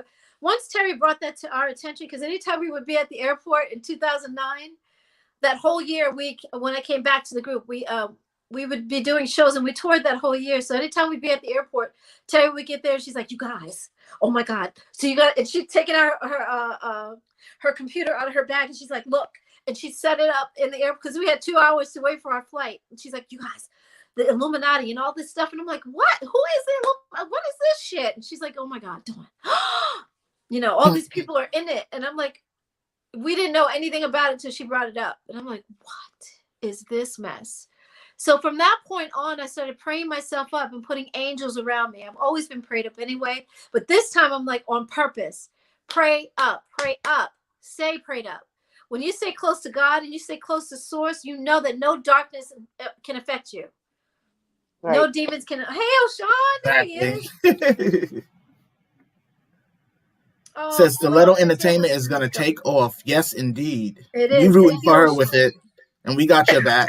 Thank you so much. Yes. But just getting back to the Illuminati part, yeah, it does exist. Just like there's good, there's evil. But just like always in the cartoon, good outweighs evil and eats it up. There's always that. So I always put God first. You know what I mean? It's like, I don't worry about because I know that there's forces that have been able to keep me from making it in the industry. And I'm like, yeah, they blocked me. They blackballed me and all that stuff. But now I don't need your asses. That feels so, you have no idea how good that feels. That is so God. Would you say? And another so good. Yeah, and another thing is, even though according to their mindset or whatever, they won, they didn't, because you're still here, Dawn, and you're relevant. Oh, I love you. And I do. Yes, I do. You're it. You're the voice. After, Thank you. Yes, you are. I mean exactly. So, I appreciate that so much. Really, Dub. It's really hard when you are a part of something and then you go off on your own and it feels like I was like floating in animation. Like, what do I do now? I can't breathe without the other two girls, or the other three girls. I mean, I'm used to looking to my left and I see two girls there and one girl to my right, or two girls to my right and one girl to my left. Like, it was always that way. And now I'm on my own, and not because I wanted to be. I was pushed out of the nest, as they say. And I had to, it's either sink or swim. And so I'm like, oh my God, what do I do? So I try to call people. I try to reach out to the agencies, and they're like, well, we represent Cindy, Terry, and Maxine. We represent Vogue because that was the brand. That was the name. That's huge. Doing Robinson by yourself, that doesn't. So now I don't need the agencies. Now I don't need Cindy Terry Maxine. Now I don't need the major labels. I have a direct, thank you, God. Thank you, God. I remember I was just telling somebody this in person, like talking to someone the other day. I was like, I remember when the internet was nothing. And these two guys came to our hotel room. Or we met in one of I think our manager's hotel, because they were presenting the World Wide Web to us. This was before internet, you guys. Mm-hmm. And they pulled out these big, huge, gigantic suitcase things, and they put them together, and they set it up so it was like a suitcase. It looked like that. Like this was the top and this was the bottom. And they're typing in, and it was like, it was AOL. I remember that sound. Yes, it was AOL, and they were like, "Oh my God, we don't have a line to be able to." So it was taking a long time to set it up, and we were like, "Okay, we gotta go eat." We didn't care. Nobody had internet. Nobody had cell phones. So you're talking about 1992. Who gives a shit? Now I can't even see my life without my cell phone, which is our computers today. Yeah. And with this, Absolutely. we got a direct line to the fans. We don't need these major labels anymore. They are obsolete. They're old, antique. Now, like I said, we need them for distribution to a certain point. But now you have, like I said, oh my God, where are they? BeatStars, Spotify, Merch, YouTube, Buzz Music, Twitch, TuneCore, Orchard.com, City Baby. We don't need the majors. Nope. No, we really don't. And if your music is good enough, the fans will find you. You don't have to worry about, oh my God, will they like it? Will they don't? Will radio play it? Fuck radio too. It is this thing called payola that has existed since time began. It is still existing today. And if you don't have the money to pay, it was on my solo album, it was $80,000 that we paid Ruben Rodriguez, God rest his soul. He passed away, but Ruben, we had to give him 80 grand just to play my music, just to call. And he gave me the job of, Dawn, you go down this list and you call all these radio stations and you tell them thank you for personally playing my record. So I'm like, oh my God, WNLC, Wyoming, whatever stations, I had to call them all directly, and I'm doing the work, but I paid you 80 grand. Wow. Yes, isn't that crazy? We paid him that much money, and I did the work. And he's telling me to call the stations. Like, what is your job? What did I pay you for? Like, what is the point? What's the point? Oh, It man. didn't help either. It did not help. They weren't playing it like they should have. It takes the record company to put the money behind you if you're going to be signed to a major. So now, again, you don't need majors. But that was what, 2002? 2002. Mm-hmm. Yeah, before social media. Natalie says, I have always loved Dawn. Her vivacious spirit draws you in. Oh my God, Natalie, I love you. Thank you for that. You don't know how people see you. So seeing myself, I'm like, I'm a big old mouth. But thank you, Natalie. I appreciate it. Fonice says, love you, Diva. Hey, Fonice. Hey, there she is. Hi, Fonice. Good to see you, honey. See, I don't control the questions, you guys, so I can't see them. But now we're getting to the people that have been there for me. So I appreciate it. Yes. Madden Gamer says, In Vogue in the 90s were like Jordan, led Bulls. Y'all stayed winning. We sure did, but we weren't winning financially. Unfortunately, as big as our songs were and our videos all over the place, we weren't winning financially. Yeah, but thank you so much, Madden. Henry Louise says, Dawn is incredibly beautiful as well as a mega talent. Absolutely. Wow! Oh, Henry Louise, thank you so much. With my green lipstick on, looking like a little alien today. And my love t-shirt says love on it. It's got a. And that's one of the messages we always spread on our show. So that's the perfect shirt to wear today. Yeah, we always say it's all about love. It's all about love. Good. Yes, I love that, yes. guys. Keep that message. Don't ever change that. That is the thing that conquers all the negativity and the lies and the evil in this world. Love, love, love. Love. I love that. Good. Yes. Hey, Linda. Linda says, we love and respect you, Dawn. Thank you so much, Linda Johnson. Thank you, honey. I love you too, and I appreciate that. Thank you for putting I my just have comment up to, there. Yes. I just realized right now we're having a live conversation with Don Robinson. I mean, how amazing is that? I can tell that to my grandkids later. Oh my gosh, exactly. Thank you. I feel the same way, Dove Angel. Thank you. I appreciate you. This is the thing. Everybody keeps saying that. And I'm like, do you guys realize that we would not be a Dawn Robinson or Cindy Heron Braggs or Maxine Jones or Terry Ellis without you guys loving us, buying our music, going to our concerts? Like, seriously. And now allowing me to be on your platform. Like, no lie, when I was younger, in Vogue used to cause fights between the boys in the schoolyard because we was fighting over who we wanted to get with when we were younger. Yes. And we was always fighting over either you or Cindy. Wow. Like, no lie, all the time. It was always arguments in the schoolyard over you guys, especially when you guys came out with the little black dresses. Yes. Hold on. Yeah. And then Don't Go, too. We wore the same black dresses. Don't Go. Yes. Oh, man. Daryl, don't lie. You know you guys fight still to this day. Grown men fight. No, nigga, no. Cindy's, no, Terry's mine. You know what I mean? That's so funny. But thank you for that. Yeah. I think we lost you, but I was saying, you guys keep saying that, that you're having conversations with me, but I'm just as honored. You know what I mean? It's like, I think you heard a part of that when I said, if it wasn't for the fans and you guys loving us, there would be no Terry Ellis or Dawn Robinson or Maxine Jones or En Vogue or Lucy Pearl or Cindy Heron Braggs. And even now, you're allowing me to be on your platform to talk to the people. So again, I thank you. Oh, and that's from my heart. That. Real talk. This sucks that we can hug you through the camera. Virtual hug. Yes. Virtual hug. Yeah, virtual hug.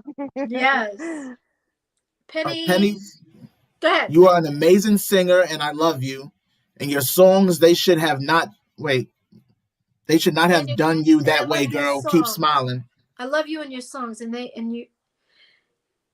should not have done you that way, girl. Keep smiling. Thank you so much, Penny. Thank you for that. Exactly. You're struggling, and I have glasses. Oh. Yeah. Like, I should have put them on a long time ago. Cut it out. Too late now. Like, exactly. The show is almost over. But thank you guys again. Steven wants to know, what song made you feel good? Don't Let Go. Hold on. And that was Lucy Pearl. So the beginning of Lucy Pearl, we put both of those songs together. Don't let go. Hold on. So it was like an intro for the album, and we put Hold On and Don't Let Go together. Yeah, so I would say that song. What song made you feel good? Yeah, it was Don't Let Go, and it was also Waiting on You, which was our audition, and they chose my version of the audition for Don't Let Go. That is huge. I'm proud of that. You never hear of that happening. People audition all the time, but you never hear of their actual audition going on their record. So I'm grateful for that. And there's lots of songs that make me feel good. There's so many, like, oh my God, incredible artists, Rufus, Chaka Khan, anything that I played by them makes me feel good. Anything by the Beatles makes me feel good. He says, facts, En Vogue hasn't been successful since our Diva Dawn was pushed out. Mm-hmm. Exactly. Yep. Thank you, Phonies. I appreciate that. I can see it. So I'm not going to act like, oh, wow, thank you so much. But it's true. I saw my power. I didn't know my worth when I was first kicked out, you guys. I swear to you, it was like getting fired from your job, and it blindsided you. That day, they give you your check in your hand, and you're like, but the only people that know about that are your family members, your significant others, the people, your mom, your dad, people that you choose to tell. In our case, when we get fired from something, everybody knows about it. It's all in the press. Everybody knows. And it hit me blindsided, but I was like, okay, I got to pick up the pieces and put them together. And I've been trying to do that for years. But I just didn't have the right people around me either. And it wasn't the right time. I wasn't healed yet. I was so angry at the girls. There was no laughing. Like, I've been laughing through these interviews, and sometimes I get a little serious, but then I bring it back to like, don't get so angry, and I laugh. And I wasn't laughing then. It was like, fuck Cindy and fuck Terry and fuck Maxine and and Denny and Tommy, don't talk to me about them. It was that. Because I was so angry. I was really bitter. Yeah. And now it's like, oh my God. Okay, well, those were life lessons that I learned. And wow, and how powerful I was that I didn't even know I was powerful. They knew, but I didn't know. So now I know. You didn't realize, I didn't realize. There's a song by Whitney Houston, I didn't know my own strength. That's a fact. I had no clue. Thank you, Dove Angel. You're right. I didn't know my own power. I was too young. I didn't know it then. They knew it. They knew it. And they were like, oh my God, if she wakes up and she finds out her own power, she's going to be amazing. Yeah. So now I know. Thank you. Like, us fans definitely knew it, because I'm not going to deny it. After you left in Vogue, I didn't pay much, and I'm not going to deny it. This is kind of, and this will probably be found to be unfair, but I really didn't pay much attention to the group after you left, because it didn't feel the same. It really didn't feel the same. It wasn't the same vibe. And I tried to give it a chance, but I was like, it's not the same without you. Well, thank you so much, Daryl, first of all, and Dove Angel. The thing is the music was great. I did love, I'm all over the EV3 album. They said they pulled my vocals off, but I hear it everywhere. It's bullshit that they pulled it. They didn't pull it off 100% because they knew the sound is going to be different if we take any of the girls out. And Dawn just sang our biggest lead, our biggest hit. So we can't take her. We got to put Don't Let Go has to be on the album. And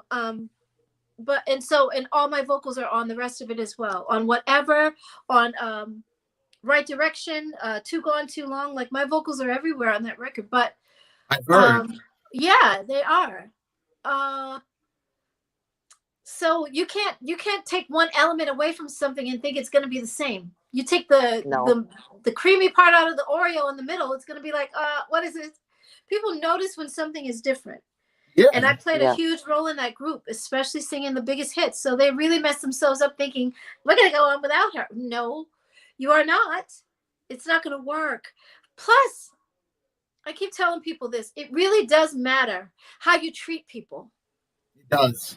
Yeah, that's karma. When you're dirty to someone, or you cheat on someone, or you cheat them out of money, or you cheat them out of what is theirs rightfully, it never goes well. God sees all. Whether you're religious or not, I don't go to church every Sunday and twice on Tuesday, but I know that God exists. And I know that when we do something, the law of karma is just a law of gravity. You jump off a building, you're going to hit the ground and you're going to be like splattered. So it comes back. It didn't go well for them, and it wasn't supposed to. They did me wrong. I tried, but it wasn't the same. Like the current lineup with Rona and Terry and Cindy, it's not the same. I've tried to watch them perform and then hearing parts that you're supposed to sing and expecting to hear your voice. Exactly. It's not the same. To hear, and this is no shade because everybody is equally talented in your group. Exactly. But I mean, it's missing you. It's like like you said, it's like a puzzle. And when a puzzle is missing its most important piece, you can't complete it. Well, and not only that, you guys, I added something to the group that now I see what's missing. Because even when the original 3 went on without me, before Rona came in, it was Maxine, Cindy, and Terry. Yeah. You know what I mean? And you think that, okay, the 3 of them can go on without me and they're going to be hugely successful still? No. Because they had most of the sound. And I was still on that album. Remember, they didn't take my vocals off. But my element was missing. My feistiness was missing. I would always stand up for the group no matter what. We had a few meetings with record companies. We were going to sign a deal. And I remember when we went to Sony, one of the, what do you call them? CEO, not the CEO, because it wasn't the head person, but the A&R, whoever was in the meeting with us said, wow, Dawn, you're a real big fan of your group in Vogue. And I said, yeah, because we're the best that ever did it. I was saying that then. You know what I mean? So I was saying that at that time. So I've been recognized for the feisty, the fire that I bring to the group. And hell yeah, I speak up for us. Yes, we deserve more. I've been saying they were calling you. They was calling you the wild child. That's what they were calling you back then in the 90s.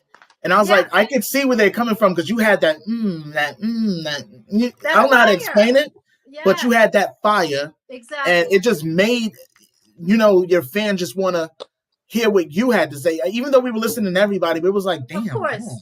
Yeah. we was like, damn, Dawn. Thank you, Like, Daryl. Oh, you're making me smile. Thank you so much. I appreciate you. Yeah, there's something that I brought that once it was gone, it was like, oh no. Yeah, it was just gone. It was missing. But I appreciate it. I really do. we appreciate you as well, and we're glad that you came here to chat with us today. I mean, it's amazing.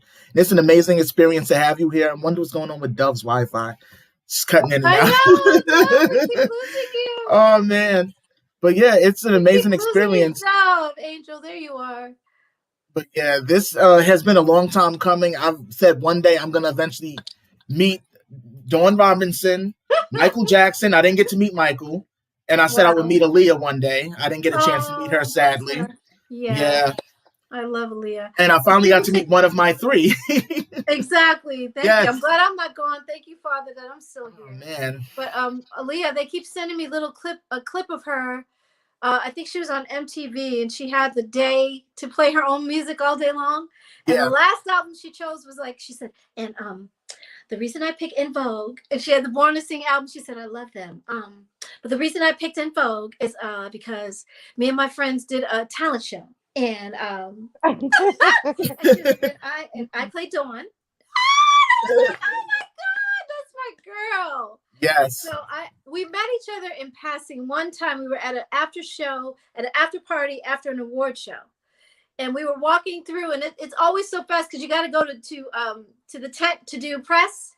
Yeah. And she was walking, and I was like, "Oh my God, Aaliyah, I love you." And she's like, "I love you." And we didn't get to hug, but she was saying hi to me, and I was saying hi to her in passing. I love you too. And she said, "I love you." You know, it was like that.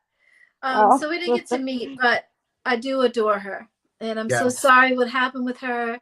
I pray for her soul. I think she's already come back 10 times now. You know what I mean? Because I don't think once we die, we're gone forever.